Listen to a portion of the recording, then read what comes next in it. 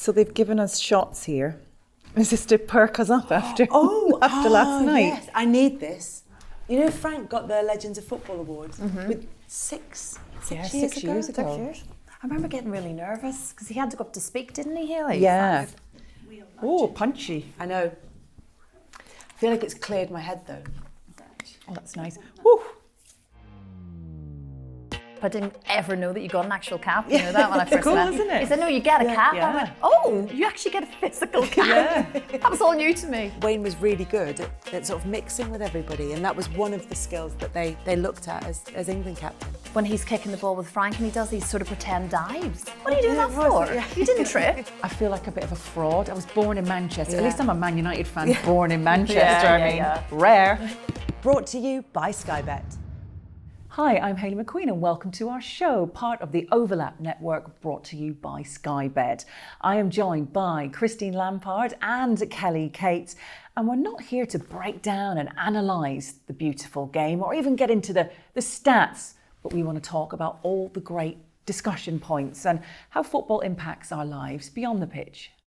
Brought to you by SkyBet.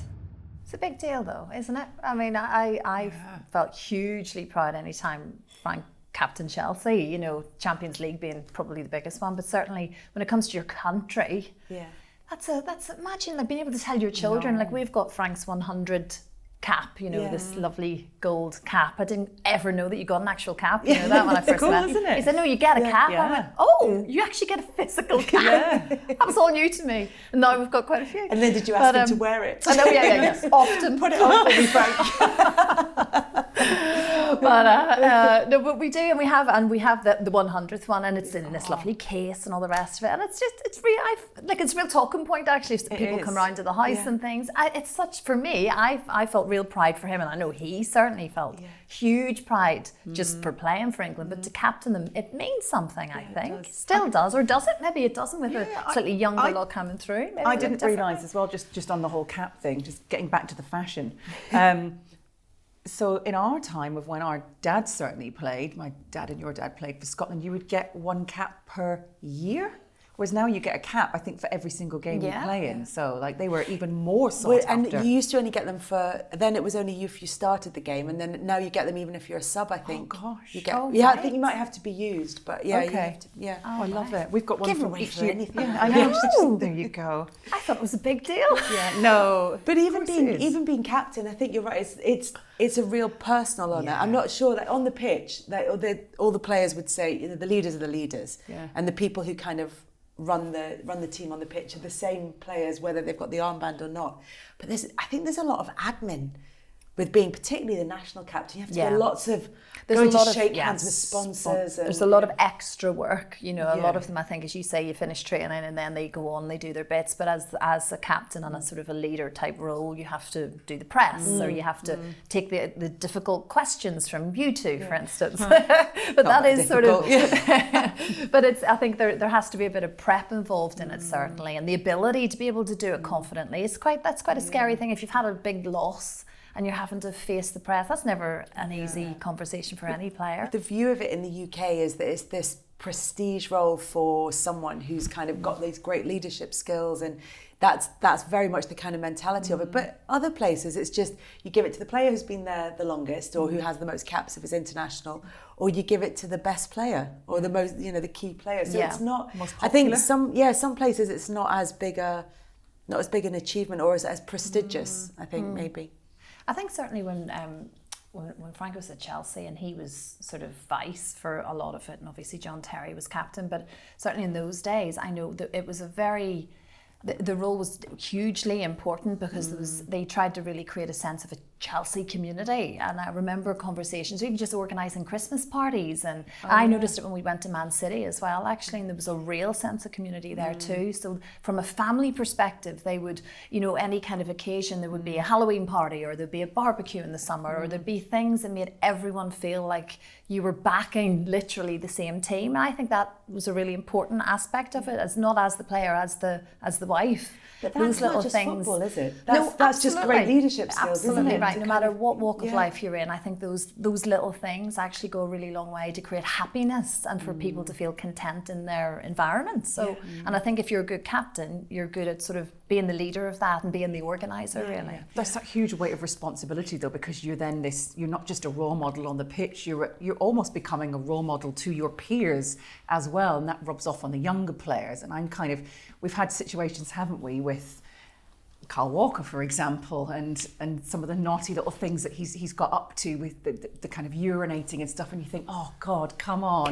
And it's not the worst thing you could possibly do, but it's like you've got people looking up to you like, do we question whether somebody should be a captain because of behaviours away from the pitch and the field because of this other responsibility that they then have? Don't know. I think I changed my mind on this, because I think when I was younger, I was like, who on earth would set up, as a parent, why would you point to footballers and say they should be your role models? That's kind of a parent's job to kind of find good role models or help their kids find good role models.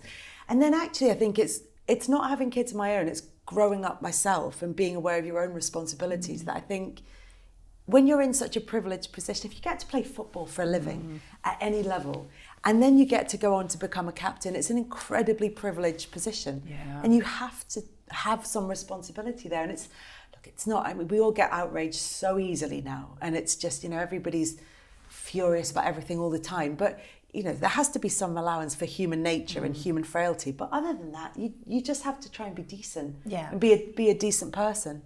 I think too, certainly maybe when it comes to football in particular, if they are a really good player and they're saving their team every week, or they're going out scoring all of the goals, people will forgive pretty much anything. So I think a lot of it, certainly in the footballing world for me, I think as long as they're doing well on the pitch, I think a true fan actually doesn't really care that much because you're delivering in your job, and that's all that matters to me. And I think that they can maintain a role regardless of maybe what they've done off the pitch. But it's the difference between being a bad boy and being like a lovable rogue. Yeah, isn't it's like Prince Harry back in the day, though, wasn't it? Prince Harry, when he went to Vegas, he was never loved more. Yeah. There he was, like getting naked in swimming pools with these glamorous women in Vegas. People were like, he's our favourite member of the royal family. He seems really relatable. Hey, we get him. So I think it entirely depends on what the role is in the first place, possibly. And people like a bit of naughtiness. Yeah. Brought to you by SkyBet. I love the fact that, like at the moment, for example, I love Harry Kane. I'm obviously not like the biggest England fan, certainly not like a Spurs fan. Don't mind a bit of Bundesliga, but I just think his childhood sweetheart.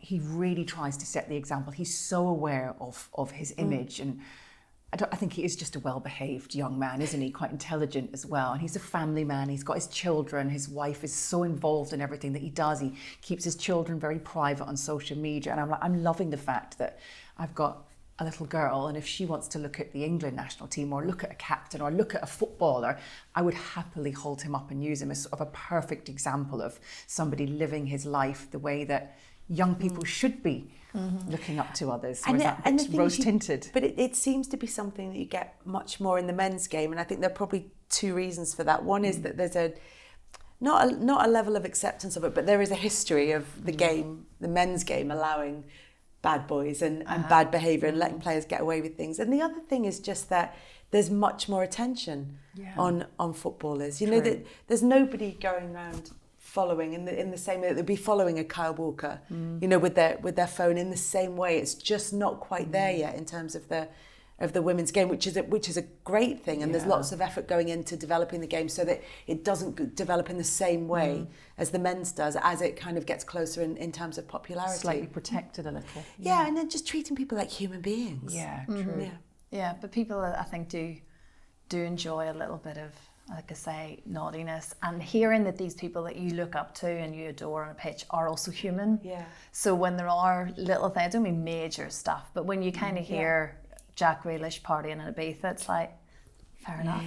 Do you know what? Doesn't bother me. People like a bit of naughtiness, but people also really love to judge. Oh, they like to sit and they like to tut over their coffee. They're sitting, phone in one hand, coffee in the other. Just like, oh my God, that's appalling. That's very all do it. But then social media's changed it again, hasn't it? Because even back in our early days together, you would have maybe had a picture taken, but it was always like a paparazzi person doing the picture 16 years ago. But now that doesn't exist really so much. No. It's just anyone on a phone. So I think maybe they've all had to toe the line a little bit better. But you talk about Harry Kane, and my little boy is obsessed with Harry Kane, loves Bayern Munich purely because of him.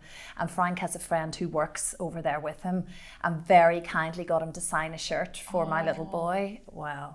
It is pride of place upstairs in his room. He adores. He's got all the new kit and everything, and it's all because of Harry Kane. I think that stays with you too. I mean, because on the flip side of that, my little boy clearly watches football all the time, and when you see players diving or falling over all of the time, and Frank obviously doesn't have this view, but I'm like, oh, get up.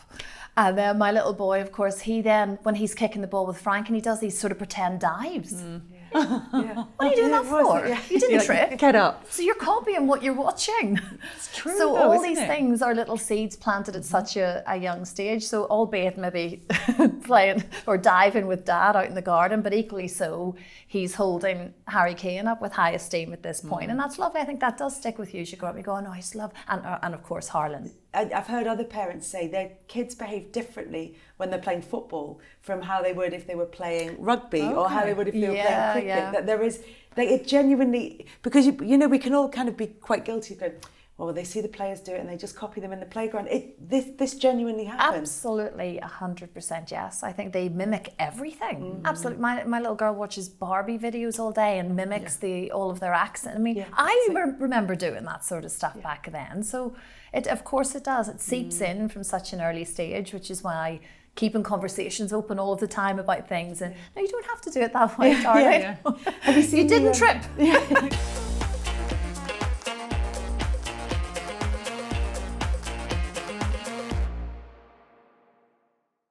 Brought to you by SkyBet.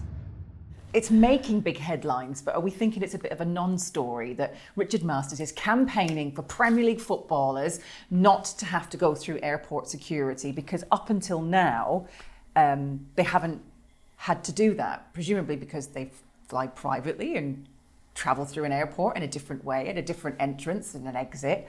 But yeah, they're now going to be subject to new government... This isn't legislation that's for Premier League football, is it? No, it's just government crackdown some security on the changes. Yeah.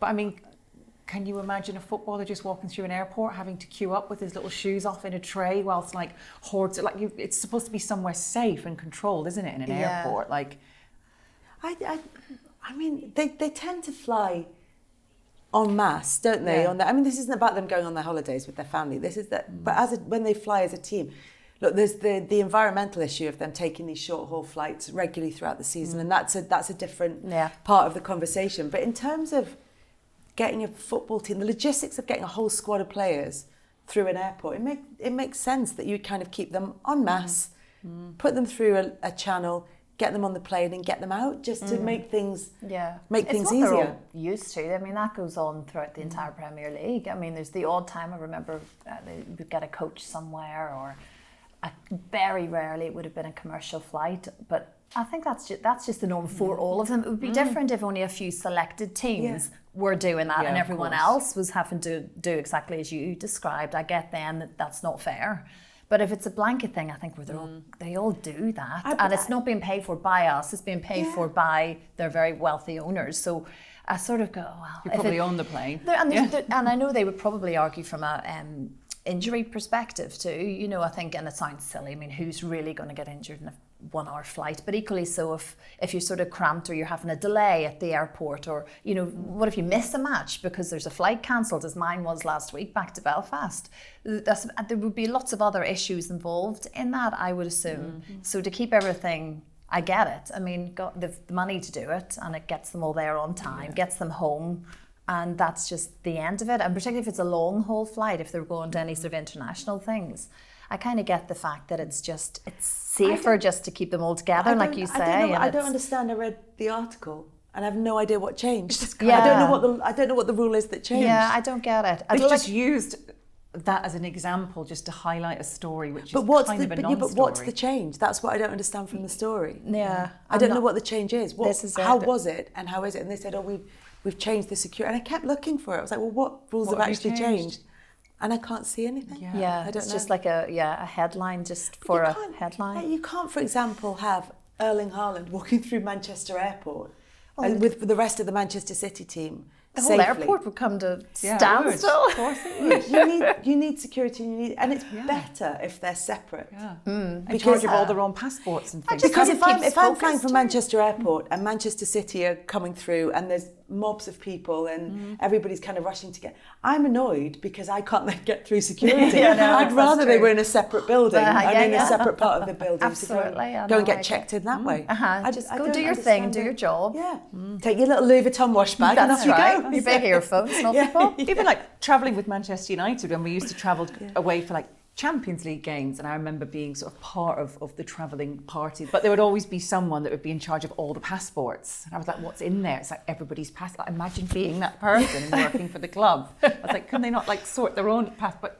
Just gets done for them when they walk through, but it just makes life easy, doesn't it? But also, it used to Why be not? the case that I don't know if this is still the case, but players the clubs would keep their passports. Yes. So when they wanted to go on a family Yes. holiday, they'd have to get in touch with the club and say, can I have my passport back? Yeah. That's right. Yes, I do remember that occasionally Yeah. happening. Yeah, that's exactly right. I remember him leaving his passport at home once and me having to drive to Chelsea to get it to him, and it only ever happened once, to be fair, and it would never have happened again. But yes, so I get why that happened as well. I remember I had a friend of mine years ago that worked within the kind of the backroom staff, and she was on the flight with all of the players, and she said to me afterwards, if this plane, God forbid, goes down, no one's even going to know my name. You know the way you hear, God forbid, anything awful happens and they list all the famous shit. I won't even get mentioned. And I thought, that's terrible. I'll mention you. Don't you worry about that. It'd be like when Mother Teresa died on the same day as Princess Diana. Yeah. Exactly. It's true, isn't it? Took a dark turn there. No. Kelly.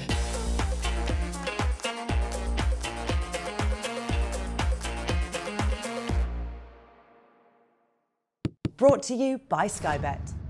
We were talking about Kelly. the captaincy thing and the pride, you know, that you do have. I would assume, I would certainly, if I did remotely anything for my country, which I haven't, but played netball quite well for a while. But other than that, if you were of that level, do you think that people still feel that kind of pride running through their veins when it comes to playing for their national team, say for England, for instance, right now? Do you think that still exists? You worked on the Scotland games for a while, didn't you? Yeah, and I think it did take a little bit of a turn at one point. Got a bit of a situation fairly recently with Che Adams not wanting to play in the Nations League. He's completely fit, but actually I look at it from a different point of view now. I'm like, oh, you're turning down the chance to play for Scotland just as we're starting to qualify for major tournaments. But he's just moved to Italy and he's trying to settle into life there, and he's moved his family and he's got a lot going on, and he just doesn't want that upheaval and he just wants to settle. So I think there are obviously life factors coming into this as well. I think of my dad's generation and knowing my dad, and he was a very sort of passionate Scotsman. He said, you couldn't, like, There's no other kind. He said, if I had a broken leg, I would be begging to be playing. Yeah. He said, I could have my leg hanging. I think one of his quotes was, my leg would be hanging off and I would still offer to play for the team, travel with the team, being in and around it. And I think that there are kind of ups and downs. And there are so many games that they're having to play now. So I kind of do understand the travel element comes into it, and fatigue, and worried about injuries and things. But I do think back in the day, sort of 60s, 70s, 80s, it wasn't like that. You would play for your country. That was the biggest honour. We've got a super passionate captain though in Andy Robertson. I mean, you could not ask for anyone better. And getting his, he broke records. He won his 49th or 50th cap during the Euros in the summer, and he was like so proud of it, and that's all he spoke about. And earning a cap and being the captain of your side at a major tournament, you could just see how much it meant to him. And I was like, okay, this is it. I feel proud that is my nation. Yeah. Does it feel edgier? Does it feel this one just gone, and the Scotland fans were incredible. Yeah, like to the point where Germany adored them, and there was a big petition that got thousands of signatures saying we want Germany and Scotland to play a friendly every year so that the fans could all meet up. And they had the best time, and I was kind of every place that I went to, didn't last for very long, sadly, but every place I went to, I was trying to go and find the Scotland fans and kind of hover about and sort of just soak it up. And it was fun. No, it was disappointing in the end in terms of how Scotland went out of the competition, but there was so much enthusiasm, I think, around the Scotland team this time around. And definitely. I think that when you feel like you're a bit of an underdog, it's like that's it. It's like X Factor or any of these shows. That sort of you can't help but sort of go, oh, I really hope you do well. Even though you think that they mightn't, but you really do. In 2016 at the Euro when they were in my France, goodness. and that was just Colin Murray was there, working on it. And Colin was like cheerleader. He was front and centre of everything. I can imagine that. He had every song, everything. He was We've got a mural in East Belfast on the way into Belfast of when England. Colin. Of when England came to play Northern Ireland, and Northern Ireland beat them 1-0. David Healy scored that one goal, and there's a mural of this moment. That would have been just before I met Frank, and he played in that game. And we still talk about it. I drive from past this road just to go, look at that. Now, the similarity of the play, the artwork is questionable, but you do know who it is, and the score is there. And so those moments literally live forever in the memories of fans that never think they're going to win, and then they do. It's like it goes back to real life again, doesn't it? When the impossible happens, and you think that just reignites, a love of life again. It's like, this is possible. We could do it. It's interesting. The three of us sitting here who all live in England. Yeah. Were you born in England as well? Or I was born in Glasgow. So you're obviously officially Belfast for Christine. But you are Scottish, aren't you? Yeah. Not English. I just feel British, which sounds ridiculous. Do you? Yeah. I felt that I'd always felt more Scottish because of my dad, but I'm like, I feel like a bit of a fraud. I was born in Manchester. At least I'm a Man United fan, born in Manchester. Rare. But moving up to Scotland, we moved abroad first for a couple of years and then located in Scotland. I was there until I was 16, and obviously my dad is a very passionate Scot, and I've worked up there, and I do feel that is home. But I feel like, I could never call myself English because I don't feel English. But when I go to say I'm Scottish, I feel like I'm cheating. It is weird. You don't. You're you right don't on the feel, borders. You don't. You don't really fit in either place because you're like, well, I don't feel English and I'm not English. Yeah. But when I go to Scotland, I certainly don't sound Scottish. Yeah, I know that. And then you see people looking at you going, "Are you? Yeah. Like when Americans go over to Ireland and they go, we've got all this history and like 7 generations back, and are we related? Yeah. Probably. Yeah, I'm one of That's the thing. Oh, my family were Blakeleys. It's brilliant though. I become more Irish when I'm in New York. You never pay for a drink anywhere. Yeah. Literally every bar you go into, and they go, "Where are you from?" And I'm like, "Oh, well, I'm from just outside Belfast." And I'm like, "Oh my God, my family are from." It's like, "What can we get you to drink?" I'm like, "Well, let's," and then that's it. I need to practice my accent when I go to the you States. really do. You really do. We're heroes in New York. But it makes me understand.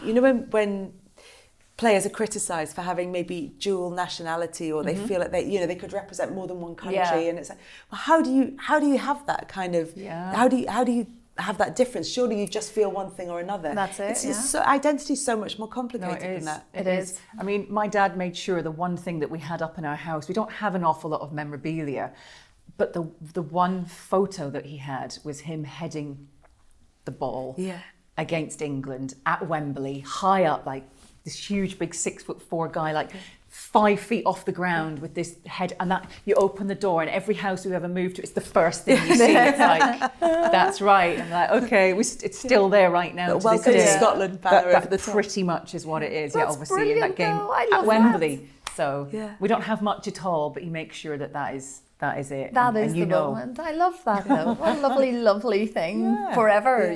That's there from now on. So my little boy can choose between England and Northern Ireland then, depending on. There you go. Yeah, he loves his Northern Ireland kit too. But you can pick. Why not? You can have a little bit of both. Yeah, absolutely. When you're young, we're not going to criticise him yet. Alex Bruce played for Northern Ireland and the Republic of Ireland. Oh, that's I mean, that is quite controversial, isn't yes, it? that's right. I'm going to say, there's split identities. There's a lot going on there in that sentence. A lot to unpack. Very much so. Hundreds of years worth of unpacking, but anyway,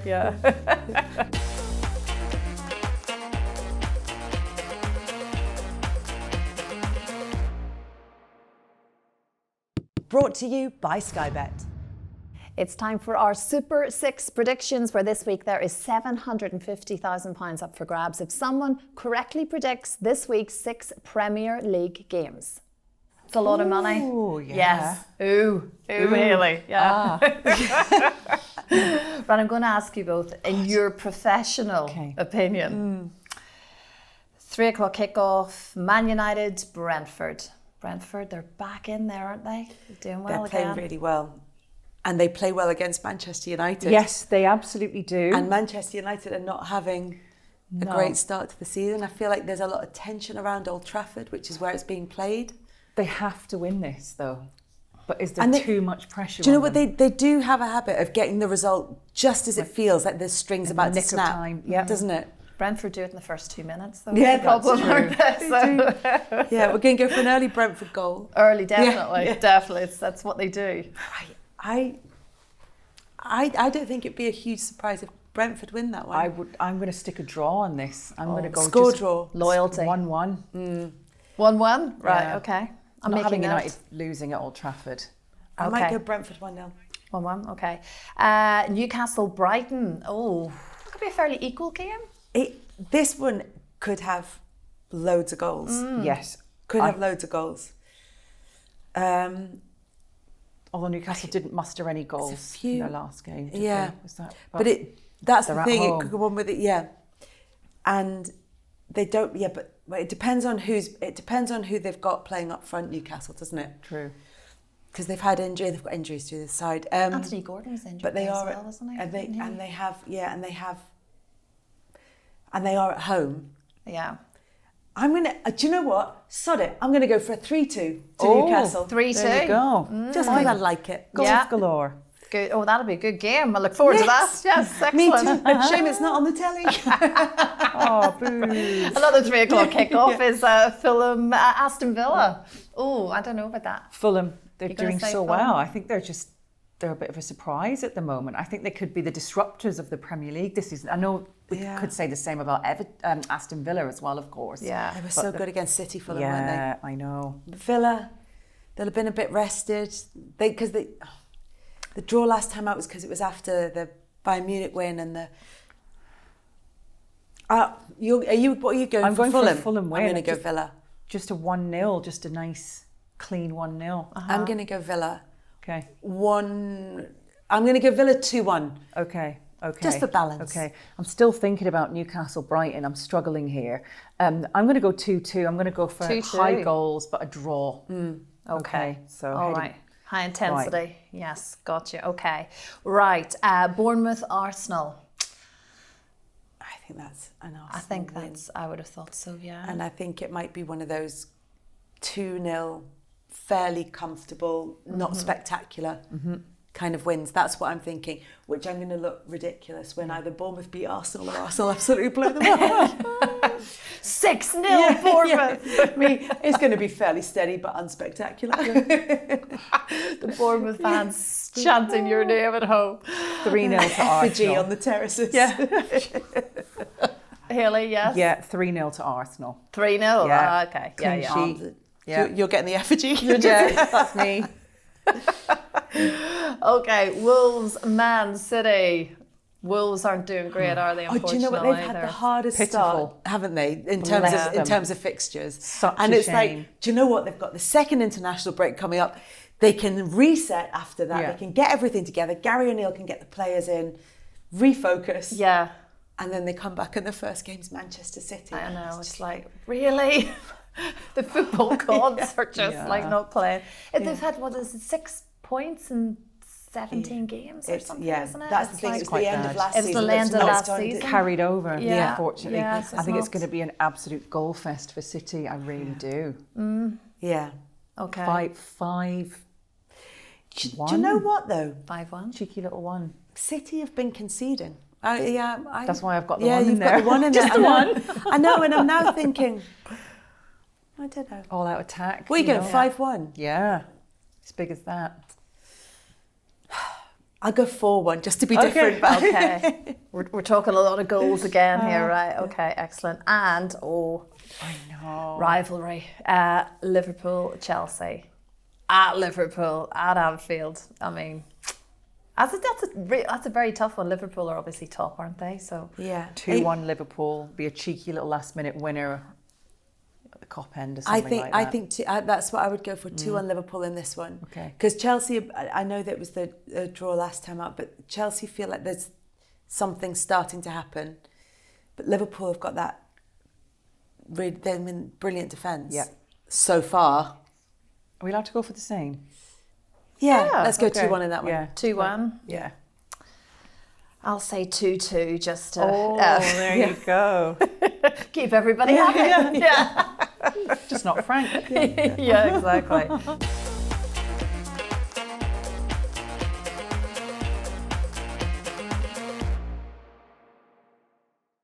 Brought to you by SkyBet. So, ladies, it's our second episode now. Right. So we actually have some community questions from our lovely community and fans. So we've got a few here each. Okay. You can pick one or two of your favourites. But we'll start with you, Kelly, your first one. You've got quite a nice one. It's, what is the best thing about being a woman in the football industry? Oh, the best thing about being a woman. Thank you. Hello, is that Di? Hi. Hello.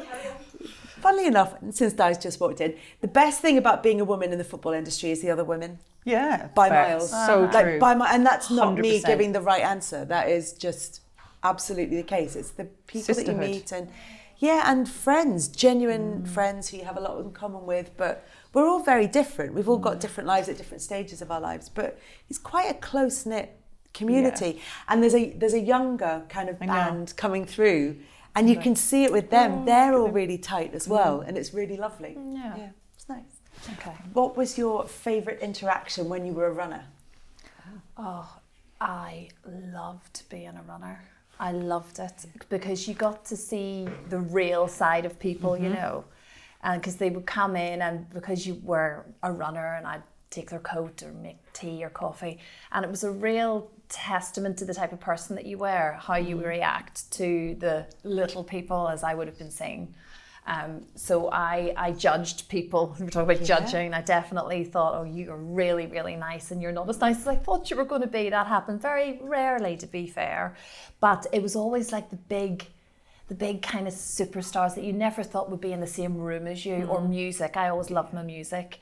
So I used to love bands. When I first started out, I remember Blur being over, and me, because that was my first gig ever, was to see Blur, and then they were in the studio, and that was just mind-blowing to me. And the Lighthouse Family, you remember Lighthouse Family? Do you remember that? Ocean Drive. Yes, and one track. Lifted. Oh yeah. Two tracks. What a song, but like amazing. But I remember any kind of bands always, and Dolly Parton. I mean, I've mentioned Dolly Parton. You did. Yeah. For me, I think Dolly, you should try and mention Dolly every episode. 'Cause Dolly she's worth Parton, it. I can easily mention in every sentence. Talk football, I can bring Dolly into it. I mean, she is the ultimate for me. So for me, that was probably the best interaction I think I've ever had. She just wowed me. Yeah, she was brilliant. Hayley, how do you think sports broadcasting has changed since you started? I think it's more welcoming, it's less intimidating, more diverse. Yeah. I think there are more doors open to people who might not necessarily have a great load of experience, but are struggling to get experience, because back when we started, you could do work experience. You could come up through the ranks as a runner. That doesn't seem to really happen now. You don't seem to get in and work your way up, which is what a lot of us did. But I think the doors are more opening, or more doors are opening. And I think the people that you're working with are more keen to look out for you, care for you, and not see you as a threat. Because I think back in the day when there were so few, if one new person kind of infiltrated the gang, it was like you felt like you were, I don't know, you just felt like a real outsider, and that it was competition sometimes, especially as a female entering a small group of females. I think for me, very early on at Sports News, before you knew it, you were all great friends and you're all looking out for each other. But I think it's definitely more, our industry is more welcoming. But do you think that's because you've become more established and so your perception's different, or do you see that happening with younger I think people with as some well? of the younger ones as well. And I definitely make sure if there are new females starting or coming in, I make a point of seeing if they're all right, seeing if they need anything. We had a presenter just doing little bits of freelance with her. She wasn't necessarily very young, and she kept going into the toilets, just the public loos, to get ready all the time, the Sky toilets. And I was like, what are you doing? She's like, oh, like, she didn't know where to get dressed or where to get ready. Like, nobody had shown her. Oh, yeah. And then I was like, oh, we do have little dressing rooms here. She's like, oh, is that not like for the talent? I was like, you are the talent. Like, you're going on screen. Yeah. So of course you are. But she didn't see herself like that. Before you knew it, of course, she's got a cupboard with her name on it. Yeah. So then you know you've made it. Yeah. But but it's just like making sure you look out for these people, because it's quite a scary world to step into. Subscribe to The Overlap and catch every episode of Not Just Football and much more. You're right about the Sunday roast. Yeah, That's when I cook Sunday roast in accordance with the football times. That's And it. making sure what game's on. And then so my little one's fed, worn out, and Yeah. she can just sit whilst the football's Yeah, on. yeah, absolutely. I'm with whatever you. she wants. See, Same in I our usually have house. something on the slow cooker or like a lasagna or something that I make during the day and then put it in so that we eat after the 4 o'clock kickoff. We eat later. Prep, you're just so good with you your are prep so in the good. kitchen, Kelly.